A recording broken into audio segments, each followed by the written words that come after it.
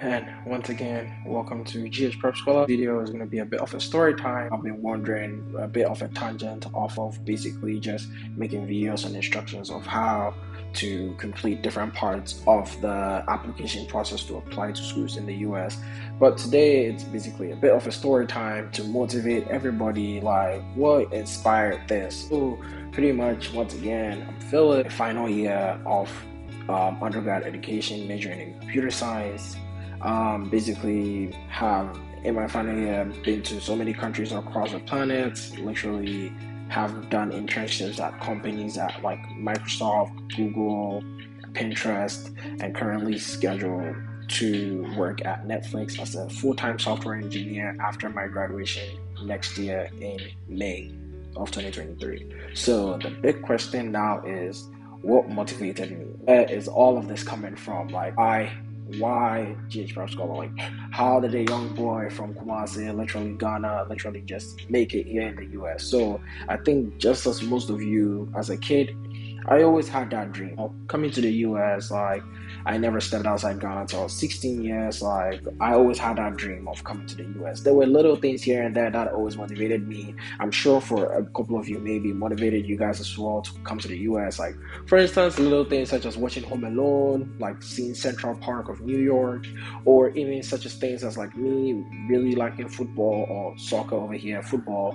Sometimes you'd watch when the players are playing in the winter time, and then you realize that when it's cold, when they kind of breathe or they open their mouths to breathe, you see that vapor that comes out of their mouth. You're like, yo, that looks so cool. Like, you want to be able to do that. Or even for me, little things as like when I was a kid, I never had the chance to touch the computer till I was like, we never had a computer in our house, like for us to play with or so, till I was in 6th grade. So, and even until then, the only game that was on that PC was basically Mavis Beacon teaching typing, like, and Microsoft Word. My dad did not want us to play video games or anything of that sort. So, like, whenever we were watching the PC getting loaded, the Windows logo, and like going to class, I know for most ICT classes or computer classes, you had to literally learn the different parts of Microsoft Word, such as the formatting bar, the menu bar, all those bars. So it's like for me, it picked up the interest in CS and even coming to the US as well. What's this company called Microsoft? Like, I want to work for them. Like, what's FIFA, EA Sports? I want to work for them, or they're in the US or the UK or Europe. Like, how do I get out? So for me, basically, how did a guy like that? I grew up with three ideas of how people come to the US or come outside Ghana. First, I thought like, oh, the minister's children or the ministers, the MPs, the member of parliament's children, like, so it's either you have to be of a high political standing or have a lot of money, honestly, to be able to come outside. Or the second option was you have to have relatives here. Like, maybe some people, I had friends that had their uncles or aunties here in the US, and sometimes they join and pick them off. That could have been my case because my uncle literally is a citizen of Germany, basically has lived there his whole life, and could have had that option as well. But my dad is very principled and strict. He was not going to let that happen. So I think that was not an option. So the third option that I always thought was my dad completed his master's in Finland and his PhD in the Netherlands. Like my dad's friends that I grew up with knowing and literally treating them as my uncles or second fathers. Literally, most of them did their undergrad in Ghana and then did their masters outside in Europe, Germany, wherever. So for me, I grew up with the notion, and even asking my dad, like, dad, how will I ever make? He always told me that, oh, just complete undergrad, get good grades, you masters, you would literally get outside. So it was like a sort of thing that just complete undergrad and masters, you're just gonna be outside, So that was the idea I grew up with, and I just decided to do that. So high school, I just wanted to keep my head down, get good grades, finish WASI, and like go to university in Ghana, finish university in Ghana, and then like now get that dream, maybe something like that. So in my head, I was like, okay. So when I first went to high school, I remember my first few days of high school, like there was this senior who was basically like an assistant school prefect.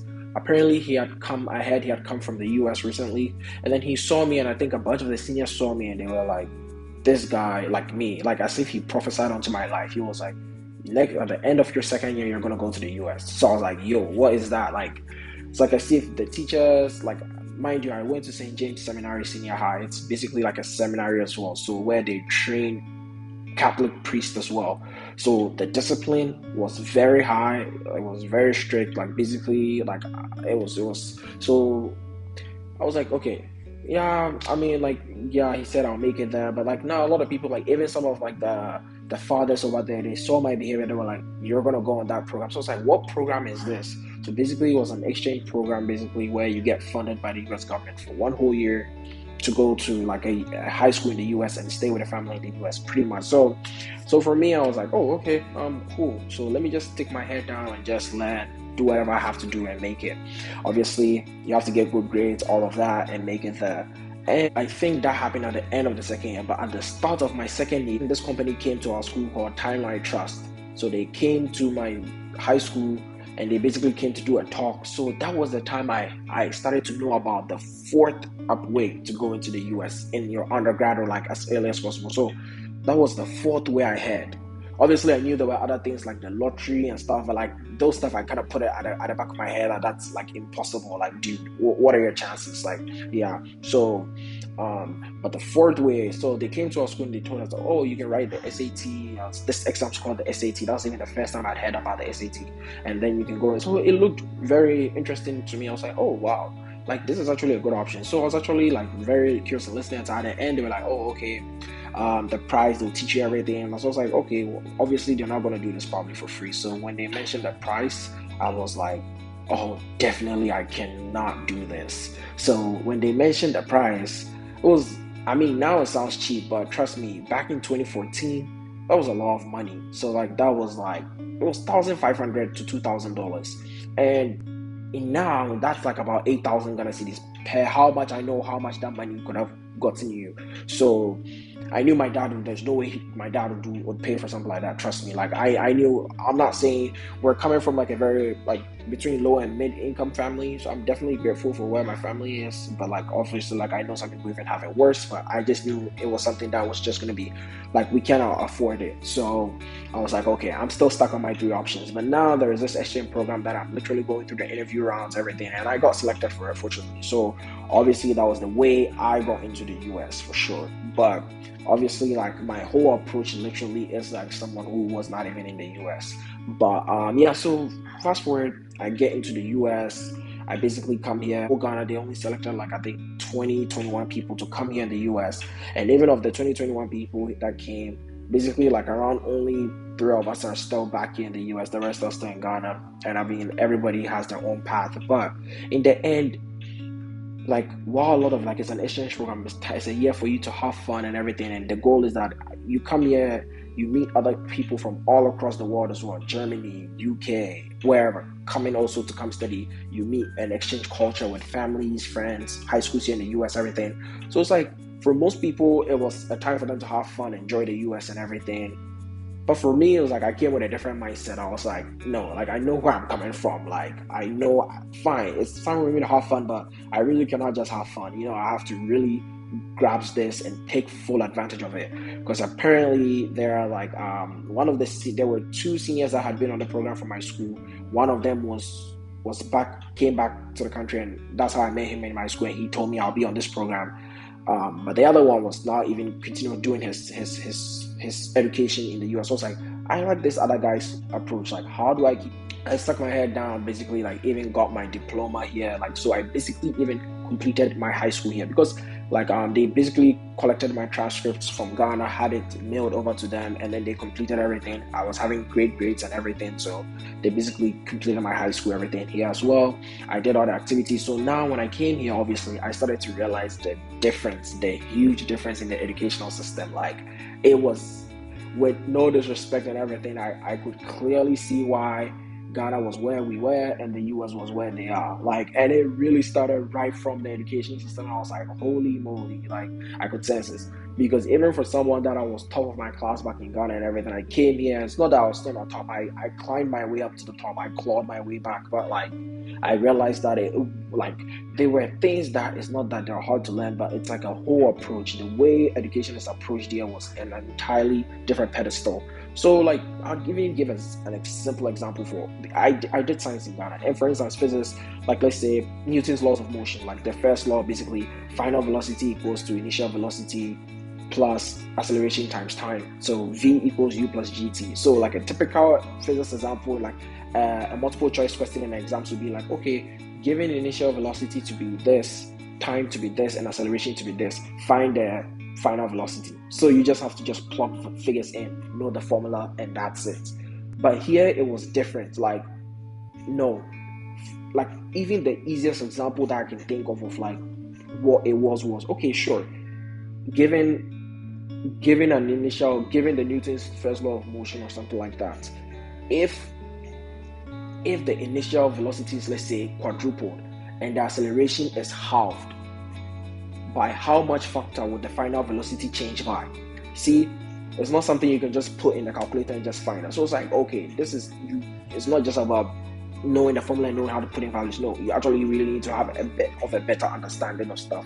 But this is just an example. I mean, I didn't even need to do it. But yeah, so fast forward, like my way of thinking really switches, but like I still can appreciate and weigh out the differences and like pick and choose from them. And now I'm getting exposed to all these extracurricular activities that I never had to do. I played like varsity soccer and everything, and by playing varsity soccer, that was the way I got the chance to meet one of my friends from another competitive school, like from like an arch rival school, who was a Ghanaian.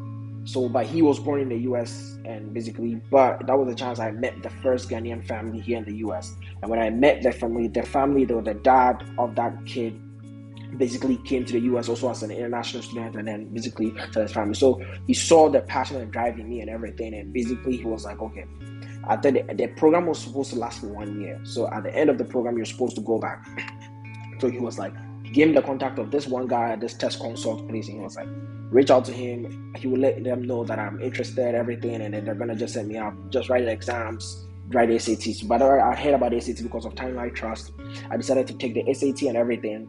And in the end, I just like, I was like, okay, let me just keep my head down, follow this guy's instructions and do everything. So fast forward, end of program, finished my degree. Like literally, I've had my diploma. I don't even need to go back to like Ghana and go back to high school to complete high school back in like St. James, because I have a US high school diploma, which is certified everywhere. I can use it. But like, as part of the program requirements, because it was a full scholarship by the US government, the goal was you to exchange, but come back to your country and give back to your country. So I had to complete a 2-year homestay requirement, which is why I think for me, like, like most of my friends that I went to high school with have graduated past me, but obviously I was part of the requirement, so I had to like take. So I was like, okay, if I'm taking this 2-year homestay requirement, I might as well just complete my high school with it, like 1 year, but also not just do that as well. Just like, now that I know what is going to be required for like my application and US college applications, let me go back to school, join the National Science and Maths quiz team, form some clubs, like do stuff so it doesn't hurt. So in the meanwhile though, I came back to Ghana in June of 2017, and school was supposed to open for 3rd year of high school. That's final year of St. James High School in like October. So from June to October, there was a bit of time, and that was the time that I joined this test prep organization. Honestly, like, I was even surprised my dad decided to do it, because I knew my dad wouldn't be up for stuff like that. But because I think he saw the passion and everything, now he decided to, do it for me. So now he took me to the place, and obviously to sign up for the classes to teach me the SAT stuff and everything. And I met this guy, and this man, I don't want to mention the organization, I don't want to mention the man's name, whatever, because I don't want to do that. But fast forward, I meet new people there, people that like were probably supposed to be my graduating mates, but because I went on the program, they're down with school now, from all schools, OWAS, Infanspim, everywhere in Ghana. Basically, are coming, they are learning, we are making friends and everything, and we learn, they teach us. But at some point, literally, like, I realized that we were doing most of the learning on our own at some point, because and also gets to a point where I started to notice some patterns there. Like, I could look at some people and I was like, okay, for you guys, like, you couldn't say it in their faces, but I could look at some people and be like, guys, like, if you don't pick up and join the rest of the class, when it comes to the application, once the SAT is over and it comes to the actual submitting of application, some of you will be left behind. Because I started seeing the signs, like, because the thing is that there are so many people. Obviously, the goal of such an organization is to make as much money as possible. So the thing is that, and obviously to boost the name and their testimonials and everything, they're going to focus on the students that they feel like can get good scores and they can get schools for. So if you're lagging behind or anything, or you don't have the money to pay for it, like you will be really lagging behind. For me, he took a special liking to me because I'd come from the US, like there's a guy he liked from the US that actually like referred me directly to him and everything. So it's like, oh, he took a special liking to me, took me under his wing and everything. So I really, really learned a lot in that consult, even to the extent that like he even offered me on several occasions, even after I finished the SAT and I had a good score, offered for me to like even be a math tutor. Like he was like, you got your diploma in the US, you don't need to go back to St. James, stay here, like work, because obviously there was also another option. The other thing was there was separate fees for basically teaching you or preparing you to write the SAT, and there was an entirely different fee structure for if you were interested in them taking care of your applications and helping you fill your applications and financial documents. Already paying for the SAT teaching was a lot of money. So to even prepare, to the amount of money they were charging to take care of your applications and stuff was outrageous. Like my dad said he wouldn't even do it. So there were two options. The man said, okay, because I did really well in the SAT and everything, I could take the option of basically becoming a teacher, like teach there, and basically it would cover the cost of it, basically, or not. So it was a very dicey situation. Like I had some of my friends that basically had their parents go borrow loans just to try and pay that fee for them, because most of them were like clueless about the process. But for me, I was not in a rush, because I was like, you know what, let me just go back to St. James, let me finish high school here, get good grades in the WASI, and come back and take care and do my application. After all, I have a 2-year homestay requirement, so I might as well just take full advantage of it. So, and also take time to actually do stuff that I want to do in my communities that I associate with, so there's no rush for me. So after I got my SAT score, I finished my SAT in October. I got the 1470 as I showed you guys. Like it was a big jump for me, so I was like, there's no rush, just go back to school and complete. So I went back to school, St. James. Like imagine, like I've been in the US now I have to go back to school, dealing with the whole high school system. Like, oh god, it was a nightmare. It was a bit of an adjustment back, but I did it because that resilience. So I went back to school, and then when I went, like obviously now I became like the senior, and then there are now juniors now that like literally all my friends have graduated. So now like I have to just go back. But I went back basically, and then like some of these kids literally reached out to me. They were like, hey, how do I apply to, how do I get to school? You could see there was a passion in their eyes, there was the hope in their eyes. But it's like I told them, like at that point, you see, I wasn't as experienced as possible. So I basically tell them, hey, like join this test prep organization and stuff. And then they go and do the inquiries, and then they all give up. Obviously, I asked them like the cost. And like I understood, but like I didn't know how to help them then. So it was like, most of them reach out. You can see they have the passion to do. That's all I could do. So when I try and finish my WASI, I did very well, perfect scores in the WASI, everything. So now I'm ready to apply to schools. So like I'm trying to look at some of my friends that I met at that consulting prep, and then like I realized that some of them that actually paid the money for the consulting, they didn't even get into schools. So I was like, yo, you can pay all this money and you're not even still guaranteed you're gonna get into a school. Do you see how like messed up this is? Like this is really, really scary. Like you pay all this money and you can't even guarantee yourself a shot of getting into these schools. So I was like, so I basically, and even came worse, because like after you don't get into these schools, like the man or the people in charge of these organizations, they start to ghost you. The only time they'll pay attention again to you is if you pay the whole money again. But obviously, like if you can't pay the money again, they will literally ghost you. So I was like, I talked to a couple of my friends. I think there were 4 or 5 of my friends that basically like didn't get in there. And so but now I'm done with school, and I'm like, hey guys, like look, if you guys really consider this, we can all just sit down and actually do this on our own. Like we can really sit down behind our computers and literally just apply to these schools, because we know everything now. We know the inside outs. Those of you that just need to rewrite your SAT to get good scores, rewrite them. but we literally have everything we need. For me, in my final year of St. James, I was literally gathering every single document that I needed, because it's like I already knew exactly what to do. I had been under this man's wing for a while now, but I also understand the two educational systems. I'm in a prime position to do it on my own. Initially, you are scared of the thought, have an agency take care of it for you, but after thinking about it for a while, I realized that we can really do it on our own. So I was like, I actually sat them down, I told them, and then after realizing, we literally have everything we need. We don't need anybody. We really don't.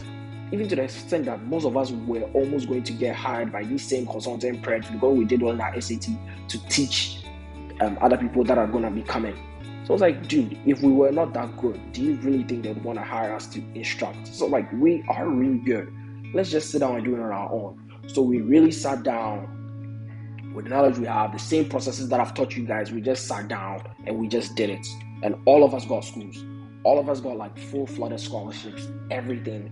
And my friends here, I go to mention their names, but right now, all of them are interning at companies like Facebook, Google, Amazon, Goldman Sachs, you name it. So it was so in the end, I realized that, this is actually, we can do this. So I think, obviously, now we have our schools now. We're trying to, prepare to get into the US. So I think for me, because I wanted to do computer science, my school actually required that I did some, summer assessment before I get into the school. So, I wanted to start learning some computer science. So I got enrolled in IPMC Ghana basically to learn. And basically my instructor was basically around my age, and he was really smart. I really admired him. So in my head, I always used to think when he was teaching in class, and I never said it to him, I was like, dude, this guy, if he had the opportunity that I had, I can see a very bright future for this guy, working at really, really top tech companies or whatever, and changing his life. But I didn't know how to approach the subject. So I think one day I missed class, and the next day when I went to class, he asked me why I missed class, and I was like, normally I don't like to share my secret life. I'm the kind of person I grew up with. My parents taught us the mentality that not everybody has your best interest at heart. So normally I know people are excited to share their secrets and things that are going on with people.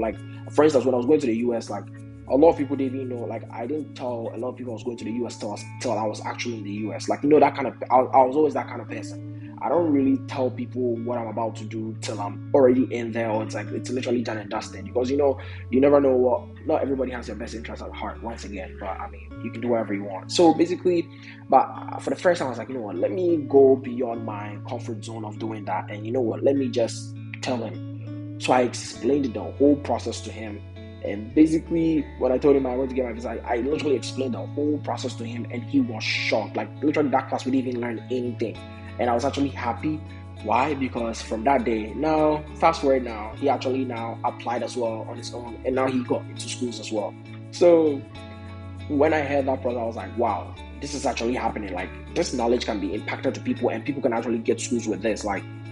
This guy couldn't even get money. This guy can't pay, because literally I had to pay money to go to his classes. He was literally scrambling from class to class to teach, to make some money, to make ends meet, for someone who literally had to fend for himself and his little siblings. So he definitely did not have the money to pay those huge consulting fees. But look at him, he got schools now. So I was like, okay, this is actually working. If there's a way I could literally dump the knowledge that I have in my brains of how to approach this process to give to people, basically this could impact people. Obviously, I'm not guaranteeing you that, hey, you're going to get into school ABC or whatever. I'm giving you a fair shot, because you're always going to be at a 0% chance if you don't even apply at all.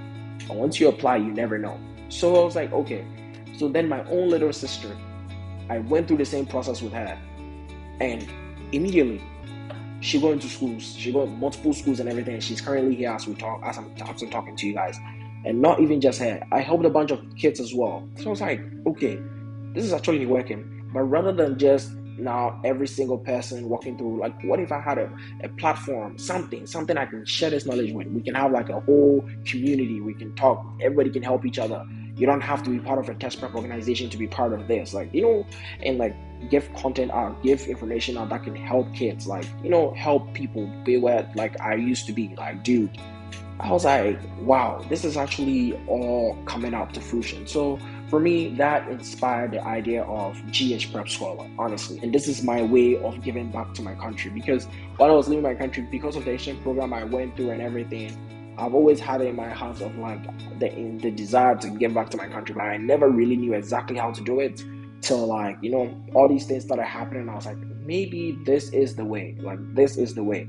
Like, I thought about it with my parents, like people like, hey, maybe after you study in the US, you come back, like, hey, you can form like one of your own test prep as well. But I was like, the way or the idea of a test prep organization and the way they really like treated some of my friends or like people that I know now, like what people have to go through, and like these, like if you don't get a school, the way some of them like demand, people start to disrespect them because, like, you're not paying money and stuff like that. Like, they only focus on those that have the money or those that have like those that are showing early signs of potential. But like, not everybody has the same learning rate or introduced to stuff like this. That like, so it's like it's a very competitive, a very, I don't know how to describe it, but regardless of the case, I just realized that, hey, I could, like, for me, if you want to go to a test prep organization, it can work as well, obviously. Like, but I want to always provide an option to those that, like, hey, you really don't have anything, but I want you to know that if you sit down behind your computer with just a little bit of dedication, you can literally apply to schools fully on with literally the only money you'd probably be spending is the money that you just take to take the SAT test. That's it. Like, that's it. If you don't need anything else, everything else you can do it on. So I want to motivate people. Like, I want every kid who watches this, look at this, to know, especially from Ghana, for low income. But if you are ambitious, as long as you have the ambition, as long as you keep that drive and fire on, you can do this. I guarantee you can apply. So that's what I want to inspire people. Whatever content you guys need me to do, just let me know in the comment section or email us at ghprepscholars@gmail.com, ghprepscholar@gmail.com. If you have any content that you guys want us to produce, put it in the comment section, email us about it, whether it's about how to structure your activities, how to basically like write essays, qualities of good essays. If you guys want, like, approach us to how, even if let's say get offers on how to go about it, like anything that would help you, anything that will give you motivated. If you guys want me to hold podcasts or talks with like other students that are here, how they navigated the process, different scenarios, like whether like anything that can help you guys, like I'm literally here for you guys. Just let me know. I will always take time out of my schedule to make this content for you guys. And that is the goal of GH Prep Scholar, to really ease the process. It really is doable. It's achievable. Look at where I am right now. Like, it's man, like I thought about it, like it's crazy. I it's not even a brag or anything, but this is it. Like, it can happen. It's happened for my friends. It's happened for people. You can do it as well. Don't let that dream burn. Like, you can do this. You can do this, guys. So let me know whatever you guys need, and hey, don't worry, more content will be pushed out, and very soon, hey, let me know. But thanks.